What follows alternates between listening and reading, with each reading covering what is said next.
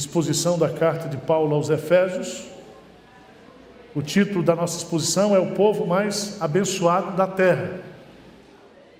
O povo de Deus é o povo mais abençoado da terra.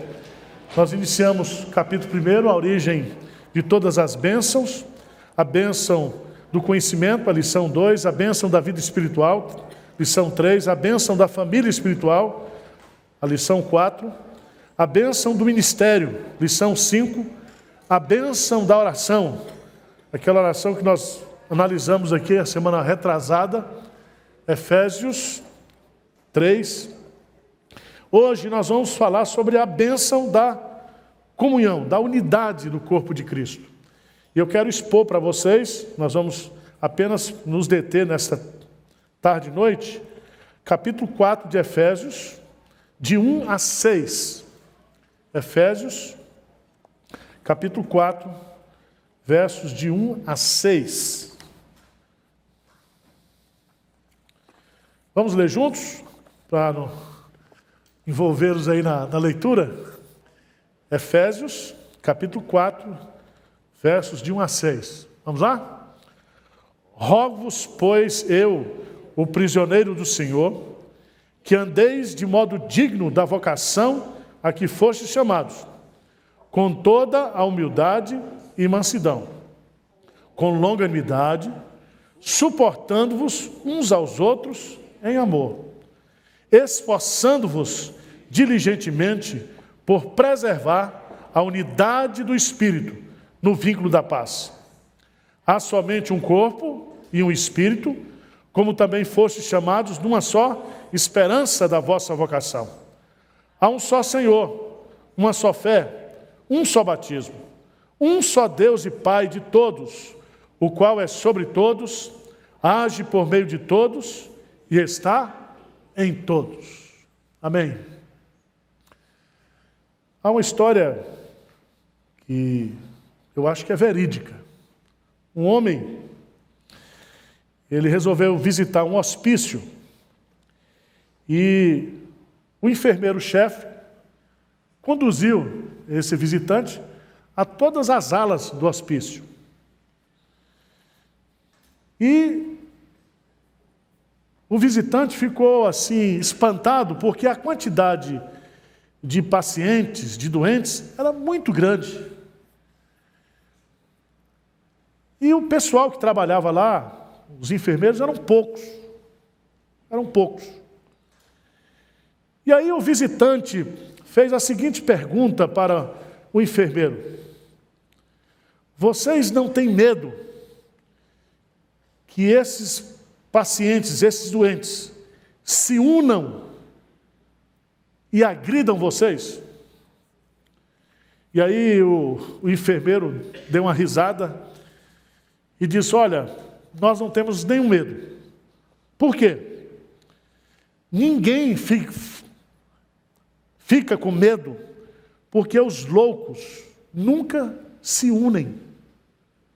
Nunca se unem. Fica tranquilo. Porque se os loucos se unissem, ninguém ia suportar. Mas eles não se unem. Qual é a moral dessa história? A igreja não é um hospício, tá? Às vezes parece, mas não é.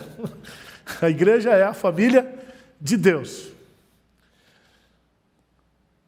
Mas eu creio que não existe pior lugar para você conviver numa igreja onde existe o quê? Divisão e briga, e confusão, e maledicência, e desarmonia. Quem aqui é crente mais antigo sabe que às vezes as igrejas têm os seus altos e baixos. E a fase mais difícil para uma igreja é quando a igreja ela está o quê? Brigando entre si, desunida. Em Efésios, capítulo 4, de 1 a 6, Paulo fala da igreja como uma unidade orgânica. Paulo não está aqui falando que a igreja é uma instituição. Paulo não está falando que a igreja aqui é uma empresa. Paulo não está falando que aqui a igreja é um hospital, é uma família. Não, ele foca simplesmente mostrando que a igreja ela é uma unidade orgânica. E ele vai aqui, nesses 6 primeiros versículos, esforçar.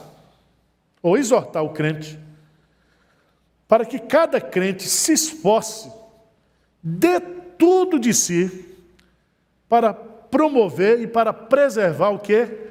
A unidade da igreja. Se depender de você, se depender de mim, que nós possamos ter o quê? Paz na igreja. Essa é a ideia de Paulo. E aqui eu vou destacar, em primeiro lugar, eu queria destacar para você o versículo 3, que para mim é o versículo chave desses 6 versículos. O que é que diz aí? Esforçando-vos diligentemente por preservar a unidade do Espírito no vínculo quê? Da paz. Presta atenção que Paulo aqui parte de um conceito muito simples de igreja. Ele diz que a concepção bíblica de igreja, ela é a comunhão de todos aqueles que são verdadeiramente convertidos por Deus e reunidos sob a liderança de Cristo num corpo. Isso é a igreja. Veja, no versículo 3, que ele usa um verbo preservar. E preservar é diferente de criar. Nós não criamos comunhão. Às vezes, algumas pessoas falam com o pastor, vamos ver se a gente melhora a comunhão aqui da igreja. Vamos fazer uma pizza, vamos fazer um churrasco, vamos fazer um dia no acampamento para a gente unir a igreja, unir. Mas a gente não tem esse poder. Não tem esse poder. Quem cria a unidade da igreja, quem cria a união da igreja é quem? É Deus. O que Paulo está colocando aqui é que eu tenho que me esforçar para o quê? Preservar, não quebrar, não prejudicar. E eu queria destacar algumas coisas que eu acho interessantes aqui nesse texto. A igreja, como organismo vivo, ela possui 4 atributos. Anota aí na sua cabeça. 4 atributos. O primeiro é o atributo da unidade. Significa que todos os que pertencem à igreja estão interligados como membros de um corpo dirigidos por uma cabeça, que é o quê? A pessoa de Jesus Cristo. Ele é a cabeça.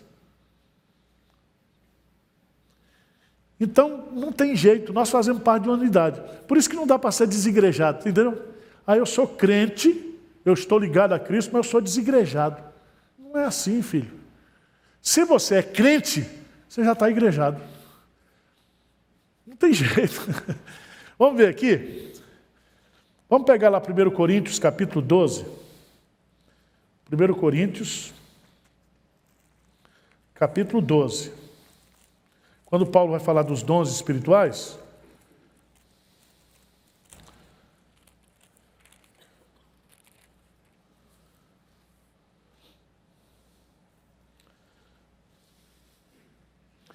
vamos ver os versos 12 e 13. Diz assim: porque assim como o corpo é um, o corpo é um, ou o corpo é uma unidade. Assim como o corpo é um e tem muitos membros, diversidade, e todos os membros, sendo muitos, constituem o quê? Um só corpo. Assim também com respeito a Cristo. Versículo 13. Grife, entenda o que Paulo está colocando aqui. Ele diz, pois em um só Espírito, todos nós fomos o quê? Batizados em um corpo. Quer judeus, quer gregos, quer escravos, quer livres. E a todos nós foi dado beber de um só Espírito. Então o Espírito nos uniu no corpo. E é esse Espírito que nos alimenta. Isso aí se chama o quê? A comunhão dos santos. Quando você recita o credo apostólico, você diz, creio na comunhão dos santos. É isso aqui. Você vai para a videira, Jesus Cristo diz assim, eu sou a videira verdadeira, meu pai é agricultor, e vocês são o quê? Os ramos. Aquele que permanece em mim, porque nós estamos unidos, esse dará o quê? Muito fruto. Mas a seiva que alimenta a árvore, o organismo vivo que é a planta, é o Espírito Santo. É o Espírito Santo. Então, unidade. É a primeira marca da igreja, o primeiro atributo da igreja. Segundo, santidade. Significa que a igreja ela é separada do mundo para servir a Deus. A igreja foi chamada do mundo, ela está no mundo, mas ela não pertence ao mundo. Dá para entender isso? Nós somos peregrinos, nós somos o quê? Passageiros, né? Como diz aquela música que a Rita canta lá, a filha da Elis Regina, qual é o nome dela? Maria Rita. Eu gosto daquela música que ela fala que a vida é como uma estação. Uns estão chegando para ficar, outros vão indo. A igreja é assim também, né? É a figura. E é tão interessante que crente não morre. Ele passa para a estação de cima. Ele continua no corpo, arrolado nos céus. A igreja é uma. Veja que Paulo coloca lá em Efésios capítulo 3, né? Por esta causa me ponho de joelhos diante do Pai, de quem toma o nome toda a família, tanto no céu como na terra. Ou seja, a família de Deus, o corpo de Cristo, vive nessas duas dimensões. Igreja militante, igreja triunfante. Tá certo? Mas você não sai da igreja. Você está ligado à igreja. E essa igreja é uma igreja separada por Deus. Santidade é a marca da igreja. Terceira marca da igreja é a sua universalidade. Isso aqui, irmãos, era tão bom a gente entender isso. Porque com a criação das denominações, né, que as denominações não foram criadas por Deus, elas são criadas pelos homens. São instituições humanas. Mas eu estou unido, nós aqui estamos unidos aos verdadeiros crentes da Assembleia de Deus, aos verdadeiros crentes da Batista, aos verdadeiros crentes das comunidades que são crentes mesmo. Não tem jeito, nós somos uma comunidade o quê? Universal. Universal. Você sai daqui, vai para a Coreia, chega lá, está cantando. Santo, santo, santo. Em coreano é diferente, né? Mas a gente sente que ali nós estamos o quê? Unidos. Você vai para qualquer lugar que você for, você vai descobrir que você faz parte de uma igreja universal. Não de Macedo. Estou falando da igreja, né? Você usa católica, tu vai chamar católica, romana, não é? Igreja universal. A universalidade da igreja. E é muito importante entender isso. Mas quarto atributo da igreja é a sua apostolicidade. O que é que significa isso? É que somos uma igreja enviada. Assim como o Pai me enviou, eu também vos envio. Nós temos uma missão para cumprir na terra. Temos uma missão. E a gente já poderia ter, se a gente tivesse juntado Batista, Assembleano, tudo junto, acho que a gente já teria ido mais rápido, né?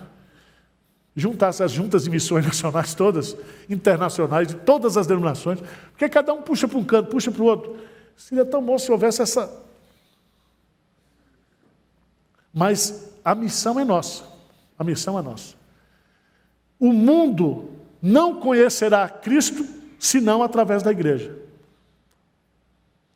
Certo? Espírita pode fazer escola, creche, não sei o quê, maçom, mormon. Mas pregar o evangelho, só a igreja. Só a igreja tem a mensagem de salvação. E essa missão ela é intransferível. Intransferível. Eu queria que você entendesse uma coisa. Há duas forças lutando no mundo. A força de Deus, ou as forças do bem, que estão tentando o quê? Unir as coisas. Existem as forças do mal, que querem o quê? Desunir, separar. Veja que é um texto bem pesado. Provérbios 6, vamos ver lá, Provérbios 6, 16 a 19.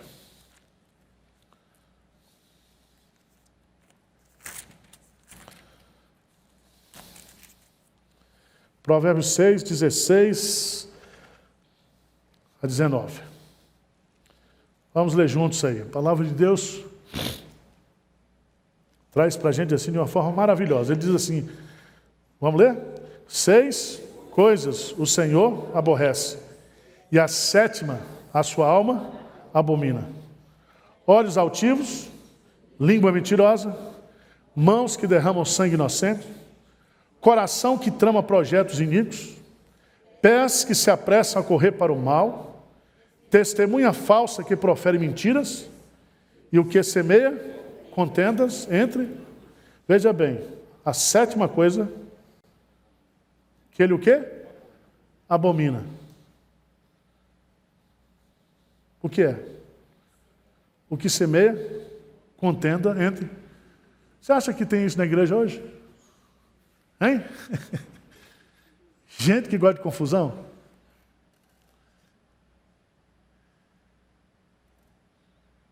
A gente já tem as confusões. Às vezes eu passo por um crente e esqueço de falar. Aí o crente chega a você e diz, pastor, o senhor está com raiva de mim? Eu falei, não. Me dê motivo para ir embora. Eu canto Tim Maia para ele. Me dê motivo para eu ir embora, porque eu não sei o que está zangado. E às vezes na igreja a gente começa a criar coisas, criar confusão. Mandar documento, né? Tem gente que gosta de mandar documento, carta, criticar, falar. A Bíblia diz, bem-aventurados os pacificadores. Nós temos que trabalhar para pacificar. Mesmo que a pessoa tenha dito uma coisa assim maldita, tem coisa que é bendita e tem coisa que é mal separado dita. E o diabo tosse. Davi coloca isso lá no Salmo 58. O diabo tosse a comunicação. Você fala uma coisa, o sujeito ouviu outra, entendeu outra. Aí está criado o problema. Você já tentou conversar com sua mulher ela tomando banho no chuveiro? E ela põe aquela touca na cabeça? E você fica falando lá, e o box atrapalha, e você fala uma coisa, aí entende tudo errado. É uma desgraça. Você fala que ela é linda, ela entende que você falou que ela é feia, né? Você fala que ela está belíssima, ela diz que está... É uma desgraça. Então, gente, nós precisamos tomar cuidado, para nós não o quê?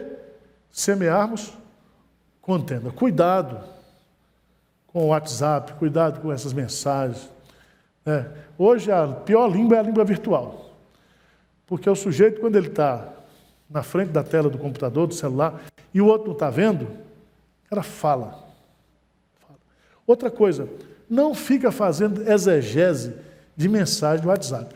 Porque às vezes o cara falou lá, e você entendeu outra coisa aqui. Não tem nada a ver. Não tem nada a ver. Vamos caminhando? Então, a primeira verdade que Paulo nos ensina aqui é que a igreja é uma unidade, o quê? Orgânica. E que nós precisamos trabalhar para preservar essa unidade. Preste atenção, a unidade da igreja não é preservada por decreto, por decisões legais, por constituição, por confissão de fé. Veja bem, Paulo vai colocar aqui que a preservação da unidade é um esforço. Cada crente, na sua forma de viver, de agir, de falar, é um instrumento para preservar a unidade da igreja. Por isso que ele vai dizer aqui claramente, rogo-vos, pois, irmãos. Ele não está falando para o descrente. Ele está falando para aquele que faz parte do corpo. Rogo-vos, pois, irmãos. Ele está preso, e ele diz que cada um andeis de modo digno da vocação a que fostes o quê? Chamado. 3 lições aqui. Primeiro, ninguém pode fazer parte da igreja se não for o quê? Chamado por Deus. Segundo, quem é chamado para fazer parte da igreja tem privilégios e tem deveres o quê? Espirituais. Terceiro, O principal dever é andar de maneira digna, ou de acordo com a sua nova identidade espiritual, como um integrante da família de Deus. Veja que Paulo vai colocar 5 virtudes que nós precisamos exercitar para preservar a unidade da igreja. Veja lá no versículo 2. Qual é a primeira? Com toda o quê? Presta atenção. Não é pouca, não é meia, não é 10%, nem 20%. É quanto? Toda. Só que nós somos o quê? Todos o quê? Ou todos soberbos. A humildade, irmãos, é a mãe de todas as virtudes cristãs. É a mãe. Tudo começa com a humildade. E o que significa humildade aqui? Significa ter uma mente servil e submissa. Lembra de Filipenses 2,5?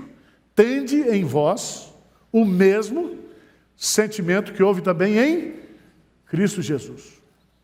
Qual foi o sentimento de Jesus? O sentimento servil. Ele, sendo igual a Deus, não usurpou o ser igual a Deus. Antes esvaziou-se, humilhou-se a si mesmo, tomando a forma de servo. E na forma de servo foi obediente até a morte, e morte de cruz. É imitar Jesus. Humildade é o oposto de orgulho. O humilde pensa bem pouco sobre os seus méritos pessoais e mais nas virtudes dos outros. Difícil isso, né? É desse jeito. Desse jeito. Em Cristo, nós temos o nosso referencial de humildade. E ele diz: o Filho do Homem não veio para ser servido, mas para servir e dar a sua vida em resgate de muitos. Essa virtude está faltando hoje na igreja. No mundo eu não sei. Sabe, no mundo não tem humildade, mas na igreja nós precisamos trabalhar mais essa questão da humildade, do esvaziar-se a si mesmo, dos querer servir mais e ser servido menos, de ter essa mentalidade realmente de Cristo. Parar, meus amados irmãos, de ficar fazendo comparação. Comparação. Não vos compareis uns, porque nós somos diferentes. Nós somos diferentes. Deus nos fez diferentes. Aí foram perguntar para o pastor Hernandes por que ele dava certo comigo. Aí ele falou assim, que eu sou igual a ele. Eu falei, pastor, que mentira danada, mas eu entendi o que o senhor disse. Vieram fazer a mesma pergunta para mim, eu disse, não, porque eu sou igual ao pastor Hernandes. Nós não estamos aqui para brigar, para ficar comparando eu, pastor Valcimei, não sei quem. Cada um tem o seu dom, cada um tem a sua competência, cada um tem o seu jeito, seus defeitos, suas virtudes. Então, irmãos, vamos parar de ficar fazendo comparação. Humildade, primeira virtude. Qual é a segunda? Com toda humildade e mansidão. O que significa a palavra mansidão no grego? Significa gentileza, cortesia, significa que você considera o outro. Lá vem Jesus de novo, Mateus 11, 29. Jesus disse, porque sou manso e humilde, o quê? De coração. Não é manso e humilde de fachada, não. É de coração. Mansidão é a doçura ou a meiguice de não reivindicar os direitos pessoais. A pessoa mansa reconhece que aos olhos de Deus não possui direitos inerentes. Pelo contrário, tudo vem pela graça de Deus. Pela graça de Deus. Você já descobriu que quanto mais secularizado está o mundo, mais as pessoas estão cheias de direito? Cheias de direito. Ninguém olha para os deveres, para as responsabilidades, para aquilo que tem. Mas cada um agora quer o seu direito. E agora, esse negócio de direito das minorias. Direito das minorias. Passa por cima do direito que das maiorias. É um negócio sério hoje nós estamos vivendo.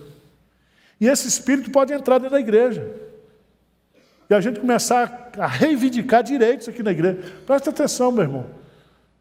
Vá para o Procon Celestial. Aqui não. Você não tem direito nenhum aqui. Nós temos que ter esse espírito de mansidão, de meiguice, de cordialidade. Terceira virtude, qual é? Com toda humildade, mansidão e longanimidade. Longanimidade significa aguentar com paciência pessoas difíceis e pessoas provocantes. Abra a Bíblia lá em 1 Timóteo 1. 1 Timóteo 1, versículo 16.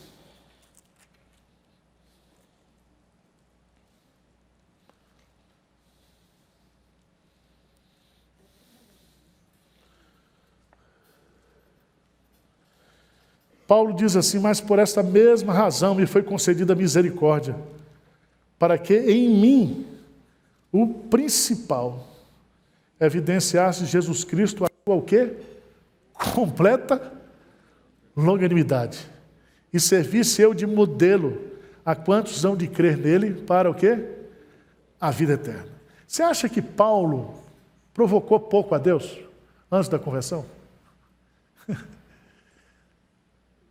Ele perseguiu a igreja, ele matou os crentes. Ele foi um terrorista. É tanto que na conversão Deus pergunta para ele: Saulo, Saulo, por que me persegues? E ele fala que Deus não teve pouca, nem pequena. Jesus Cristo, a sua o quê? Completa longanimidade. A palavra longanimidade é você ter um fôlego. Eu conheci lá em Fernando de Noronha, quando eu fui lá, um rapaz que mergulhava sem nada e ficava 5 minutos debaixo d'água. 5.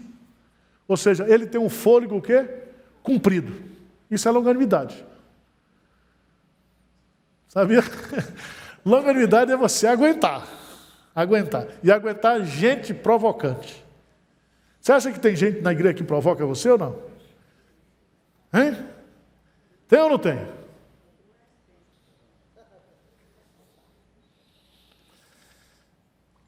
Usa-se essa mesma palavra para descrever a paciência de Deus para conosco.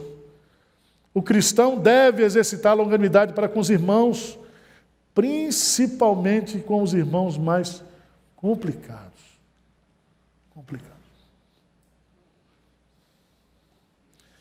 Humildade, mansidão, longanimidade. Quarta virtude a ser exercitada para manter a unidade da igreja. Qual é? Suportar.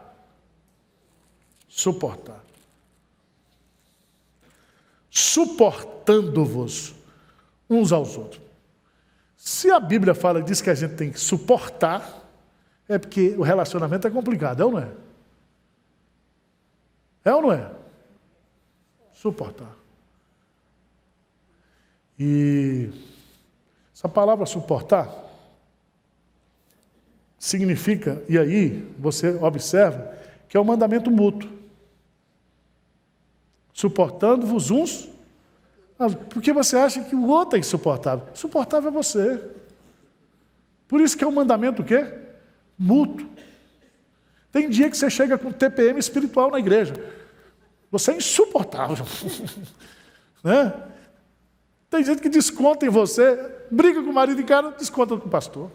E eu não tenho nada a ver com você brigou com o marido. Você veio descontar em mim. E gente, né?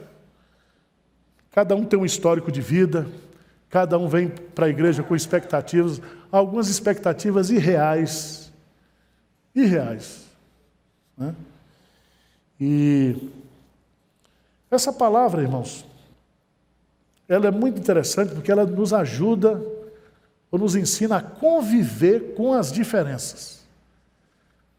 Conviver com as diferenças. Eu contei uma história aqui que aconteceu comigo, pastor Hernandes. Um dia eu estava tão estressado, tinha tanto problema. E ele chegou na segunda-feira, aquele jeitão dele, aquele paletózão combinando, sentou lá. Eu disse, pastor Hernandes, me ouça aqui. Ô, meu príncipe, maior prazer. Aí eu falei uns 40 minutos, 50 minutos, sei lá. Aí eu falei, o que você acha? Ele olhou para mim e disse assim, são as lutas do ministério. Eu falei, pastor, eu falei 50 minutos para dizer isso. 50 minutos de desabafo. Ele disse, não, eu estou escorado em você. Se você cair, eu caio junto.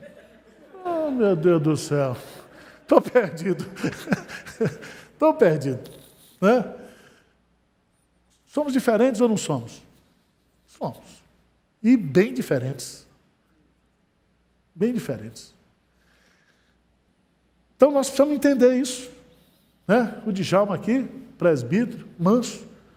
Às vezes ele ia numa reunião do conselho, nem falava. Ouvia tudo, né, Djalma? Aí uns falavam, outros falavam, eu falava, ele lá. Depois, meus irmãos, vamos orar. Está tudo certo. Né? Está tudo bom. Suportar é a manifestação prática da longanimidade. Significa ser clemente com as fraquezas do outro, não deixando de amar o próximo por causa dos seus defeitos e agressões. É difícil isso, né? Você gostar do outro, mesmo ele sendo defeituoso. Defeituoso. Tem um versículo que eu acho maravilhoso em Romanos, que diz que Deus, Romanos 5, veja lá, Romanos 5, versículo 8. Mas Deus prova o seu próprio amor para conosco, pelo fato de ter Cristo morrido por nós, sendo nós ainda o quê? Nós não éramos crentes, não. Pecadorzão, chapado. O amor dele se manifestou lá. Sendo nós ainda. Isso é a prova do amor dele. E ele fala do seu próprio amor, porque o amor é incondicional. Incondicional. A última, qual é, gente? Começa com humildade, passa pela mansidão, longanimidade, suportar, e aí vem, por último, a expressão o quê? Amor. E aí a gente vai descobrir que o amor é a base de toda boa convivência entre os irmãos. Aqueles que estão vinculados pelo amor, suportam todas as cargas. O amor tudo suporta. O amor tudo suporta. O amor não é uma coisa natural que eu e você tem. O amor é fruto do Espírito Santo. Do Espírito Santo. Por isso que nós não devemos amar somente de palavras, né? Mas com atitudes. A unidade e a paz da igreja serão preservadas se essas 5 virtudes estiverem presentes na vida de cada crente. Mas a última parte, irmãos, versos de 3 a 6, Paulo vai colocar para a gente qual é a base da unidade. Tem as virtudes, você deve se esforçar para tê-las, para você preservar a unidade. Qual é a base dessa unidade? Paulo vai então colocar para a gente, repetidamente aí.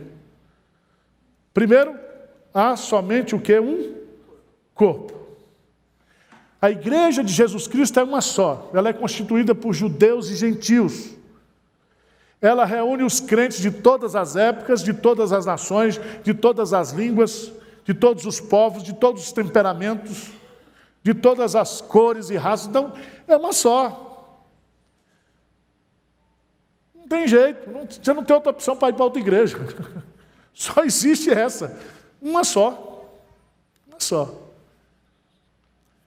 E eu vejo aqui, na hora do louvor, né?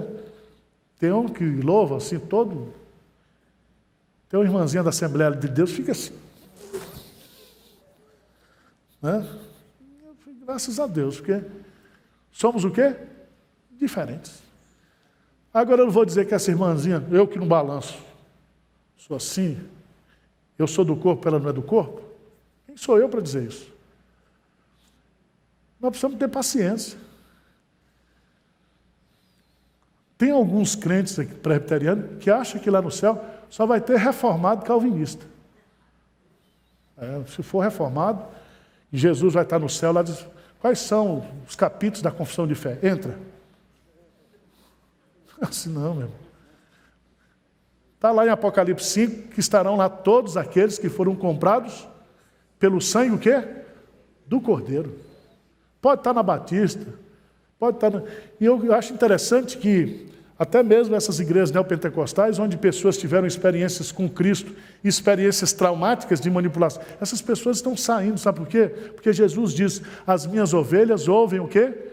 A minha voz, elas não seguem o lobo. Elas não seguem o lobo. E ele diz, eu dou a minha vida pelas minhas ovelhas, convém a mim, ele diz assim lá em João 10, convém a mim encaminhá-las. Teve um casal aqui de pastores, de obreiros da Assembleia de Deus, da Assembleia de Deus Universal. Eles estão aqui com a gente agora. E hoje, depois do sermão do amor, eles vieram me abraçar. Eles pastor, nós amamos tanto o Senhor. Eu falei, é fácil me amar. Eu sou um cara muito simpático. Pergunta para minha mulher. Né? Lembra do funeral do pastor que estava... o pastor e os filhos do pastor lá, e cada um chegava e rasgava um elogio. E o filho menor perguntou para a mãe, será que eles estão falando do papai mesmo ou é de outra pessoa? Porque esse que eles estão elogiando não é o pai, né? Não é o pai. Então a gente precisa observar, meus amados irmãos, há somente um corpo. Há somente um corpo. A igreja é uma só, desde Gênesis até Apocalipse. É a mesma igreja do Antigo Testamento e do Novo Testamento. Os heróis da fé do Antigo Testamento serão também os heróis da fé do Novo Testamento. Está lá em Hebreus capítulo 11. Há somente um rebanho, há somente uma noiva, há somente uma vinha, há somente um corpo, há somente um edifício, há somente uma família, há somente um povo, há somente uma nação, a igreja de Jesus Cristo. Amém? Coloca isso na sua cabeça. Há somente um corpo. Paulo vai dizer também, há somente um espírito.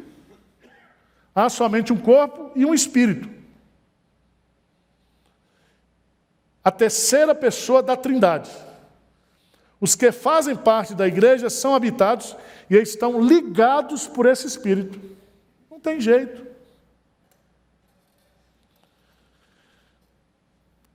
Terceira base, o terceiro princípio, são 7. Há somente um corpo, há somente um Espírito, há uma só esperança na vossa vocação.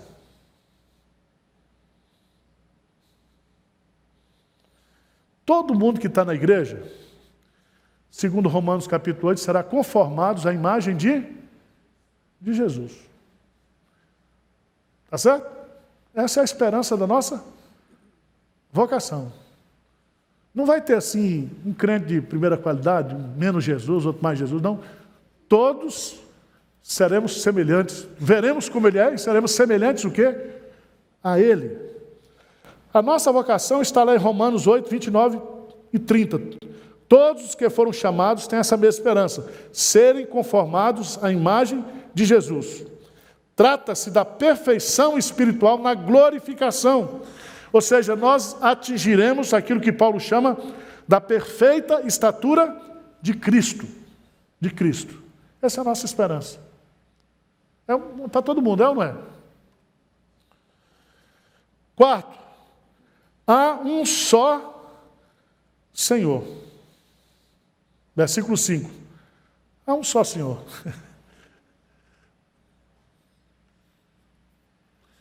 Jesus é dono da igreja. E Ele é Senhor meu, é Senhor seu, é Senhor de quem Ele quis ser Senhor. Ele que estabeleceu. Irmãos, esse é o credo básico do cristianismo. Jesus é a cabeça da igreja. Jesus é o dono da igreja. Jesus comprou e redimiu a igreja com seu próprio sangue. A igreja é sua. E todo aquele que faz parte da igreja está sob o seu senhorio. Não existe a possibilidade de algum crente não estar sob o senhorio de Cristo. Porque é com o coração que crê, né? E com a boca se confessa. Jesus Cristo é o Senhor. O Senhor. Às vezes aparece na igreja uns donos, né? Dono de igreja. Eu me lembro lá em Recife, tinha a igreja fundamentalista lá do Cais Zé Mariano, e lá cada família tinha um banco com o nome da família. Ai de um pinguço que chegasse lá e sentasse no banco da família. Né? Às vezes você começa a trabalhar na igreja, no ministério da igreja, você começa a achar que você é dono. Dono do ministério infantil, dono do ministério de música, dono do ministério de louvor. Tem gente que tem essa obsessão. Não manda em casa, é mandado pela mulher, não manda no trabalho, mas quer mandar na igreja. Baixa um santo nele aqui de mandar. Querer mandar. Mas quem manda na igreja ainda é Jesus. Ele anda no meio da igreja, Ele é que santifica a igreja, Ele é que peneira a igreja, Ele faz tudo, Ele é o dono. E graças a Deus por isso. Lembre-se que foi Jesus que disse: não podeis servir a dois senhores. Não é que você não quer, é que você não pode. Ou você serve a Deus, ou você não serve ao Senhor. Tá certo? Há um só corpo, há um só Espírito, há uma só esperança na vossa vocação, há um só Senhor, há uma só fé. Há uma só fé. Eu gosto disso aqui demais. Veja que Pedro coloca lá. 1 de Pedro, veja lá. 1 de Pedro, capítulo 1.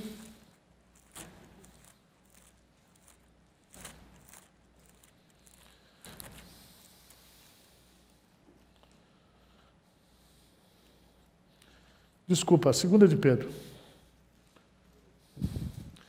Capítulo 1. Às vezes a gente acha que os crentes da igreja primitiva, os apóstolos, eles tiveram uma fé diferente da nossa, não é isso? Você acha que a fé de Abraão é diferente da nossa hoje? Não. Todos aqueles que estão em Cristo são também filhos de Abraão. Veja o que é que Pedro coloca. Simão Pedro, 2 Pedro 1:1. Simão Pedro, servo e apóstolo de Jesus Cristo, aos que conosco obtiveram fé, o quê? Igualmente preciosa. E essa fé na justiça do nosso Deus e Salvador, o quê? Jesus Cristo. O que é que significa fé igualmente preciosa? É que todos nós recebemos o que é a mesma? Fé. E se a fé é preciosa para Pedro, é preciosa para mim, é preciosa para você, então não existe fé diferenciada. Uma só fé. Um só batismo. Um só batismo. Trata-se do sacramento ordenado por Jesus. É o batismo externo com água em nome do Pai, do Filho e do Espírito Santo. Esse batismo representa a união do crente com Cristo. A igreja presbiteriana não rebatiza. Não rebatiza. Se você foi batizado na igreja batista, na Assembleia de Deus, ou em qualquer outra igreja evangélica, nós não rebatizamos, porque a Bíblia diz que só há um batismo. Os batistas não gostam muito de presbiteriano. Sabia disso, né? Porque o nosso batismo diz que é por pouca água. Porque Jesus, quando disse: ide, fazei discípulos, batizando-os em nome do Pai, do Filho e do Espírito Santo, Jesus não disse que era por imersão, nem por aspersão, nem por efusão. Agora, os batismos não, tem que ser nas águas. Tudo bem, meu irmão. Nós, com pouca água, resolvemos, pronto. Batizamos em nome do Pai, do Filho, do Espírito Santo. Uma irmã, muito crente, encheu a paciência. Pastor, eu quero ser batizado aqui na igreja presbiteriana, mas por imersão. Aí eu falei, minha irmã, eu não posso, eu sou pastor presbiteriano, fui ordenado da igreja presbiteriana, né? Jurei, fiz os votos do sagrado ministério, de cumprir a Constituição, nossa doutrina, não posso. Ele falou, não, pastor, mas eu quero, mas eu não posso. A senhora faz o seguinte, vá para outra igreja, batiza lá, pede a transferência, que a gente recebe a senhora aqui. Não, mas eu quero é com o senhor, eu quero um negócio assim. Falei, minha irmã, tá certo, vou batizar a senhora aqui no Rio Pinheiros, aqui. Se a senhora quiser, eu batizo amanhã. Ela disse, não, assim também não. Falei, é desse jeito também. A senhora quer o batismo, ele quer exigir o lugar? Né? Tem gente que é assim, um só batismo. Tem uns presbiterianos que sofrem quando vão para a igreja batista, que o pastor batiza, não, você só vai trabalhar aqui se rebatizar. Não é assim. Um só batismo. E para encerrar, Paulo diz assim, um só Deus e Pai de todos, o qual é sobre todos, age por meio de todos e está o quê? Em todos. A ideia é que todo cristão acredita que vive num mundo criado por Deus, controlado por Deus, sustentado por Deus, preenchido por Deus. Deus, o Pai, é onipotente, onisciente e onipresente. Ele está conosco. Amém? Amém. Podemos dizer, e agora já está no fim mesmo, que a unidade da igreja tem a sua origem na Trindade. O Pai, ele tem uma única família. O Filho é o único Senhor. E o Espírito Santo é o único que converte, que vivifica. Certo? Então não tem duas igrejas. A igreja é uma só. Que Deus abençoe você e a mim. E que nós nos esforcemos para ter essas virtudes aqui, baseados nessa fundamentação teológica que Paulo coloca aqui, para que nós possamos preservar o quê? A unidade da igreja. Amém? Presbítero Djalma, por favor, faz uma oração para nós, encerrando a aula. Senhor, nosso Deus, nosso Pai, que está nos céus, louvado seja o teu nome, Senhor. Obrigado a Deus por esses ensinamentos que nós tivemos, da tua palavra nos traz. Sim, sim. E te pedimos, ó Deus, que realmente sejamos uma unidade e que nos esforcemos para preservar essa união. Amém, Senhor. Obrigado pelos irmãos aqui e que possamos cada dia estarmos fazendo unicamente aquilo que seja a tua vontade e que te agrade. Amém, É Senhor. em nome de Jesus que oramos e agradecemos. Amém. Amém, Senhor. Amém. Muito obrigado, meus irmãos.